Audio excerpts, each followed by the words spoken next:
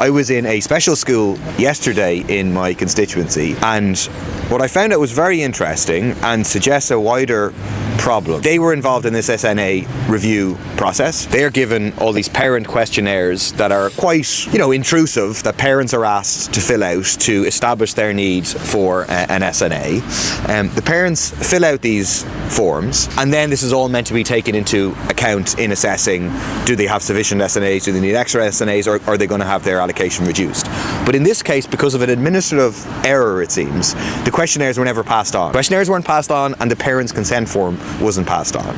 But nonetheless, they got a letter saying that your SNA allocation is going to be reduced from September, just like other schools, even though they couldn't have taken into account the parents' questionnaire forms because they didn't have the parents' questionnaire forms. They're still sitting in the principal's office. I saw them yesterday. The principal then contacted the board to say, wait a minute, you haven't taken into account these questionnaires that you've asked our parents to fill out. That's not an easy thing for parents to fill out.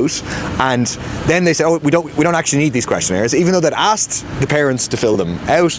And then they got a letter which is very similar to the letter they originally got, but now they're not cutting their SNA allocation, effectively because they called out the fact that they didn't have the questionnaires, and how could they be making a decision on that basis. But they're not cutting it, but they're not agreeing to increase it, which is the request that was coming from the school.